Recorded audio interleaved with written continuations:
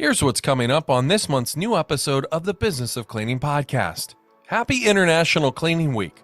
To honor everyone working in the cleaning industry, we have a special guest, Grant Aslett, director of the Museum of Clean. Almost 40 years ago, his father Don had a vision to start a Museum of Clean, and in 2011, his vision became a reality.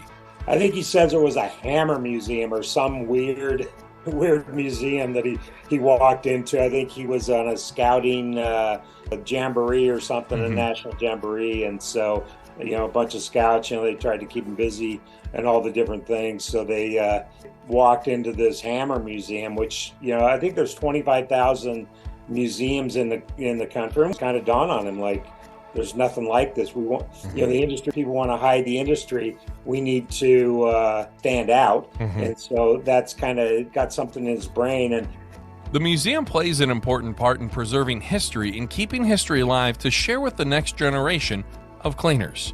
It was a collection somebody had from Europe and from the United States, so pre-electric vacuums. So that was before we had electricity, and that ranged, I think we have one of the four original first patented vacuums, and that was patented back in 1867, and actually suction type vacuum. It was manually, created the suction, but we actually have one of the only ones in the world known today, and that's always been a key part of his goal is to recognize the workers and the cleaning workers. But it's the observation you made about the people walking in a cleaning museum, not knowing what to expect, and after the going through, just blown away, and all the connections they start to make in their own personal life that's related to cleaning. What separates the Museum of Clean from other museums is visitors are encouraged to touch the different items.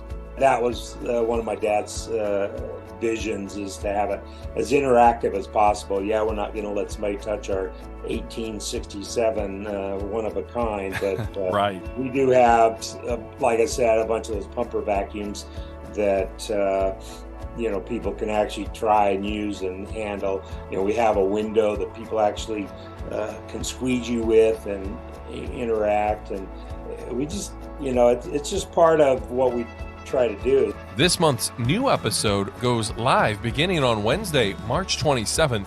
You can listen to us on Spotify, Amazon, iHeartRadio, Apple Music, or wherever you get your podcasts. Don't forget to subscribe and leave a 5-star review today.